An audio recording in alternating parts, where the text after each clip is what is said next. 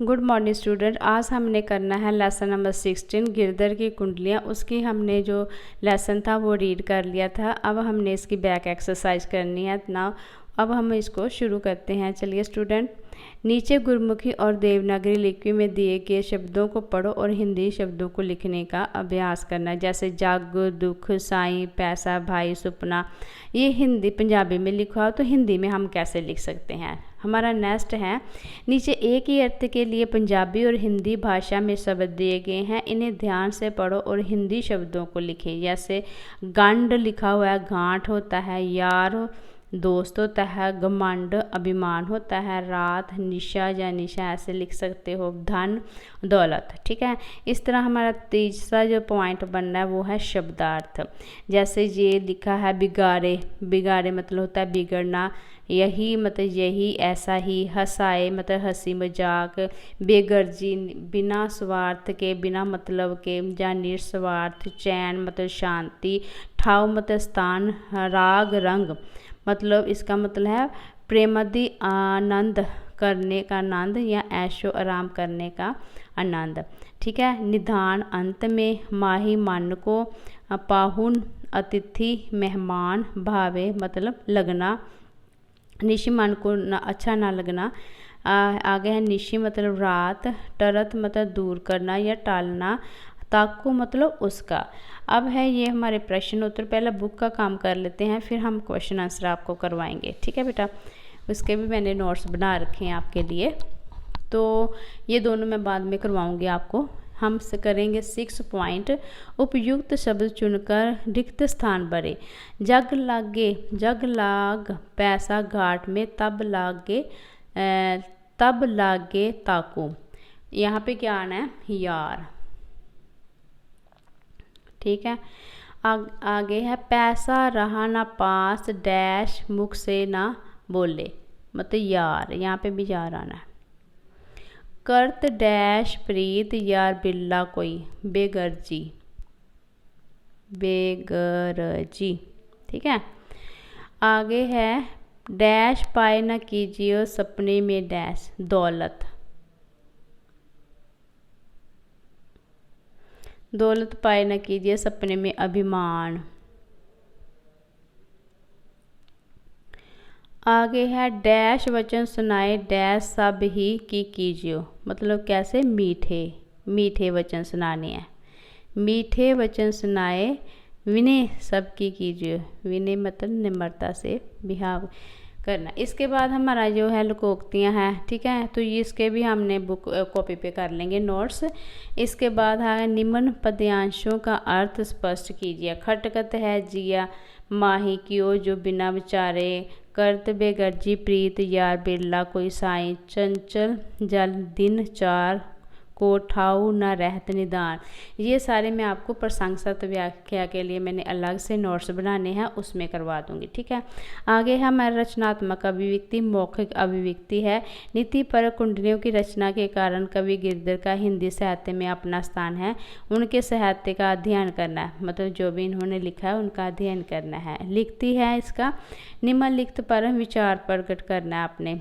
योजनाबद्ध तरीके से काम करने के क्या लाभ होते हैं, मतलबी मित्र तथा सच्चे मित्र में क्या अंतर होता है, धन दौलत को चंचल क्यों कहा गया, क्योंकि वो एक जगह पे नहीं टिकता, जैसे पानी नहीं ना टिकता, तो धन दौलत भी एक मनुष्य के पास सदा टिका नहीं रहता। ठीक है बेटा, इस तरह ये हमारी जो बैक एक्सरसाइज है वो होगी। अब मैं आपको इसके क्वेश्चन आंसर और लोकोक्तियाँ करवा देती हूँ। ठीक है, यहाँ पे हमने नोट्स पहले से बना रखे हैं आपके लिए, तो हम यहाँ पे ये वाले कर लेते हैं। जैसे ये हमारे छोटे क्वेश्चन आंसर हैं, तो हमारा जो फर्स्ट क्वेश्चन है, इन प्रश्नों का उत्तर 1 या 2 वाक्यों में लिखना है। जैसे हमारा क्वेश्चन है बिना विचार के काम करने से क्या होता है, आपने आंसर लिखना है बिना विचार के काम करने से काम बिगड़ जाता है, इससे जग में हंसी होती है और आदमी को पछताना पड़ता है। ठीक है बेटा, इसके बाद हमारा आता है, इसके बाद हम ये सेट कर ले। पहले सेकंड क्वेश्चन है, कवि के अनुसार प्राय दोस्त कैसे होते हैं। कवि के अनुसार आपने आंसर देना। कवि के अनुसार दोस्त मतलबी होते हैं। वह जेब में पैसा रहने तक ही साथ देते हैं, जब पैसा ख़त्म हो जाता है तो वह साथ छोड़कर चले जाते हैं। इसके बाद है हमारा थर्ड क्वेश्चन, 4 दिन का मेहमान कौन है। आपने लिखना है 4 दिन का मेहमान मनुष्य है। इसी कारण मनुष्य को अपने धन दौलत पर अभिमान नहीं करना चाहिए और केवल अच्छे कर्म ही करने चाहिए। इसके बाद हमारा है फोर्थ क्वेश्चन, आपने लिखना क्वेश्चन है हमारा, प्राय मनुष्य अभिमान क्यों करता है। आपने लिखना है प्राय मनुष्य धन दौलत पाकर अभिमान करता है, लेकिन सच्चाई तो ये है कि धन भी पानी के समान चंचल है, वह एक जगह पर नहीं रुकता। आज हमारे पास है और कल किसी और के पास। ये जो वो क्वेश्चन है जिसका आंसर हमने 1 या 2 वाक्यों में देना। अब हमने नेक्स्ट करना है, नेक्स्ट हम करेंगे इसका लिखा है हमारा क्वेश्चन नंबर है 4। इन प्रश्नों के उत्तर 4 या 5 वाक्यों में लिखना। पहले 1 या 2 में, अब 4 या 5 में। तो फर्स्ट क्वेश्चन है, दौलत पाकर मनुष्य को अभिमान क्यों नहीं करना चाहिए। आपने बोलना है दौलत पाकर मनुष्य को अभिमान इसलिए नहीं करना चाहिए क्योंकि धन दौलत चंचल होता है, वह भी पानी के समान ही रुकती नहीं है, वह ज़्यादा दिनों तक किसी के पास नहीं रुकती। ठीक है। अब है हमारा सेकंड क्वेश्चन, बिना सोच विचार के कोई काम करने से क्या दिशा होती है। आपने बोलना बिना सोच विचार से काम करने पर हमें पछताना पड़ता है, हम जग में हंसी के पात्र बन जाते हैं। जब लोग हमारा मजाक उड़ाते हैं तो हमारे मन में चैन नहीं आता और हम अशांत हो जाते हैं। ठीक है बेटा। इसके बाद हमारे लोकोक्तियाँ हैं, जैसे ये बिना विचारे जो करे सो पासे पछताए। इसका अर्थ है कि बिना सोच समझ कर काम करने पर पछताना पड़ता है। तो मुहावरा हमने ज़रूरी नहीं कि बुक में से लेना, कोई भी आप अलग सा बना सकते हो। जैसे ये बनाया है मैंने, रवि ने बिना सोचे समझे आकाश से मित्रता की और उसने उसे जेल भिजवा दिया।